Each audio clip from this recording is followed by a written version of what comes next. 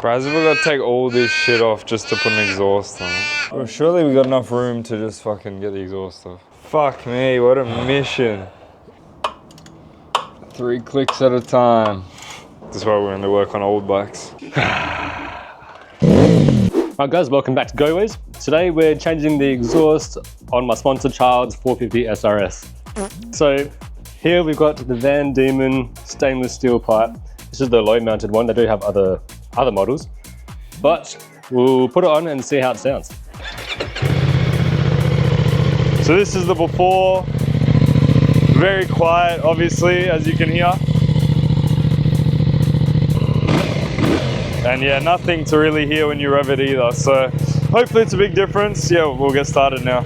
All right, so first to get the fairings off, take off the fuel cap. We're gonna take the fuel cap, then you can take off this piece, which is kind of sunken in under the fuel cap. And then you can start working your way down. But yeah, we'll start with the fuel cap and then go from there.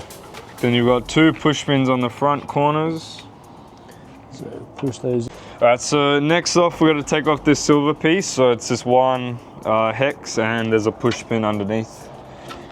All right, this will feel a bit firm, but they are just sitting in rubber grommets. So you have to just put a bit more force into it. All right, we didn't get it on camera, but you gotta pull pretty hard on this to get it off. You won't break it, but it's just held in with these clips into these rubber grommets. So they're pretty firm, obviously being a brand new bike. So there's 3 hex bolts that need to come out. There's one here, then there's going to be one kind of at the front, just underneath. There's also one underneath the side. There we go, that's how you get the winglet off. We're going to take the seat off just to access a couple more bolts which are behind. There's 2 hex bolts under here, either side. So remove those and then should better just slide the seat off. I'm going to go through this quickly because there's a lot of bolts. There's a few Phillips, there's one here, one here, there's another one at the top. There's another one down here, and another one inside there. Then we've got a hex bolt in here, hex screw in there, one right here, probably another one somewhere else. And this one as well. Oh yeah, there's one up here and another one down here. And then there's also this one on the side of the bike, under the seat. And I think this push pin we'll have to remove as well, unless we want to rip off this plastic piece too. And then we're gonna have to take off these, what do you even want to call these? Sliders. Yeah, I guess sliders, really. Take these off, there's gonna be another bolt or 2 behind here. Remove the belly pan, there's gonna be more behind here. So we'll just kind of get to it as We'll just slog it out off camera, but that's pretty much most of them, should be all of them.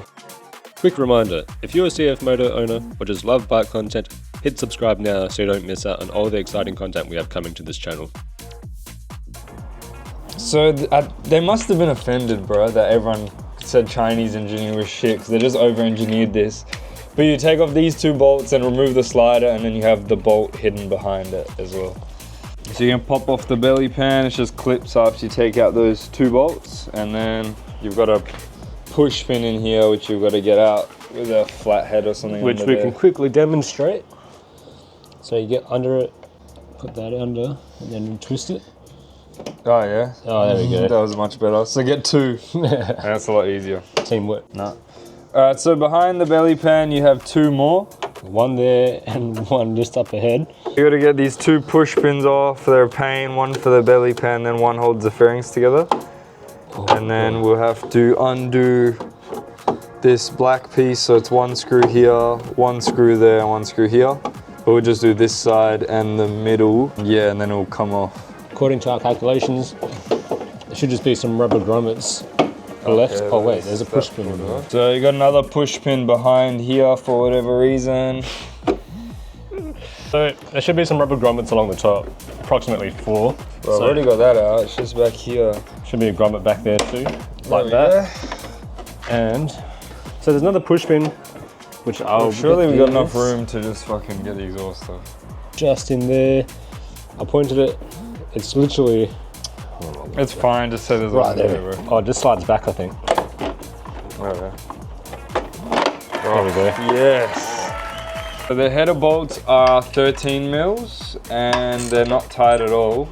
The only issue is they're gonna be hard to reach those other ones that are in the middle because of the radiator. So So I have to figure something out to get to those. Shit, Alright, so there is a bolt that's in here. It's a 10mm hex head, or 10mm socket, sorry. So we just took that out, just so we have a bit of room to move that radiator a little bit, just to help us get to these upper bolts. We've got the radiator slightly held back. It would be better to remove the whole radiator, but this is some DIY garage type stuff going on here. So there's just enough room to get a 3/8 wrench in here. It's a quarter inch 13mm, that's how small it is. There's no room at all. And you have to use a deeper socket. 3 clicks at a time. Bruh. It'll also be easier if you had the left side fairings off. We're just a bit lazy. Well, it's like 30 more bolts, so it's pretty fair. Alright, so Cav's done hard work and we've got all 4 off. So just these bolts. Nuts. Sorry, yeah. And then there's what, one? Yeah, there's one bolt. Decent sized one. Where is it? It's just behind this rear brake pedal. So that's just what the muffler's hanging on. That's gonna be fun to get out too. Alright, next we got the O2 sensors, so it's a 16mm. Yep, there we go. Yeah, there's 2 ways to do this. You can either just remove them straight from the headers now, or you could trace up the cable and unplug it, which is somewhere up here. But to do that, it's gonna get really twisted. It will get twisted. That's why people usually disconnect it up here first. But what you can do when you really put it on, if you're doing it this method, just kind of give it a few twists back before you. It actually was kind of untwisting itself somehow.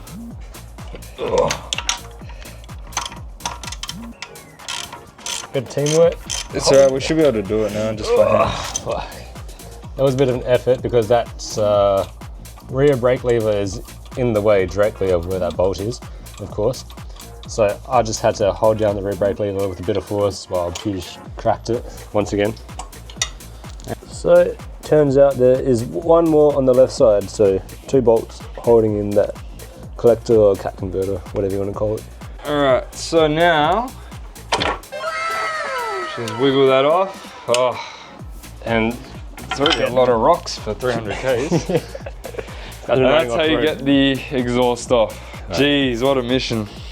And then install is just the reverse, so just slip on the far header first. We'll do the headers first and then we'll do the box because it's just easier. And if you also have a Van Diemen exhaust, they will be labeled 1 and 2. So the 1 will be on the left side of the engine and 2 is on the right side, obviously. So once you've got the headers on there, we just had them sitting loosely. Now with the O2 sensors, you want to twist them anti-clockwise to compensate for twisting them back in because it will twist the whole cable. So now, we haven't tightened the headers up all the way yet, but we'll just slip the headers in like so.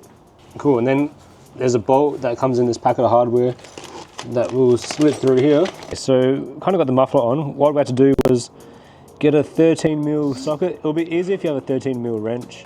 We just didn't have one. Yeah, 13mm to hold the nut on the back and just an Allen key to tighten the bolt at the front. And same thing again, just got to hold the lever down. This one's a bit busted for whatever reason. Anyway, and then yeah, after you do that, tighten up everything else, put the springs on, and we'll walk you through that in a sec. Literally 3 clicks at a time here, getting it back on just like it was getting it off. I've offhanded it to Cav. I think that one's done. Because he's got more patience than me. And then radiator bolt back in. All right. Oh, yeah, boom. So exhaust is on. The baffles are still in. So let's see how bike's not back together, obviously, but it does sound different. Yeah, definitely louder. It's not too loud, which is nice. It's very quiet with the baffles. Oh yeah.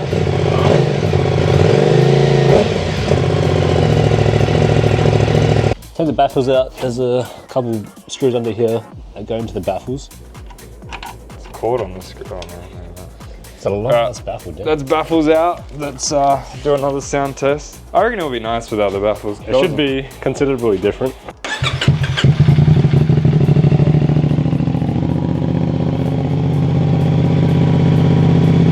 Definitely sounds different.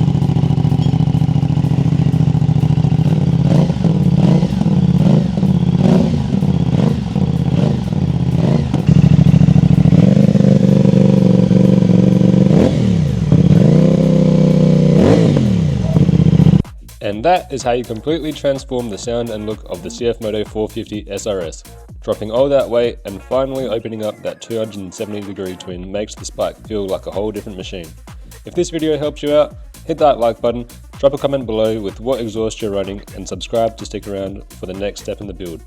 See you guys in the next GoWes video.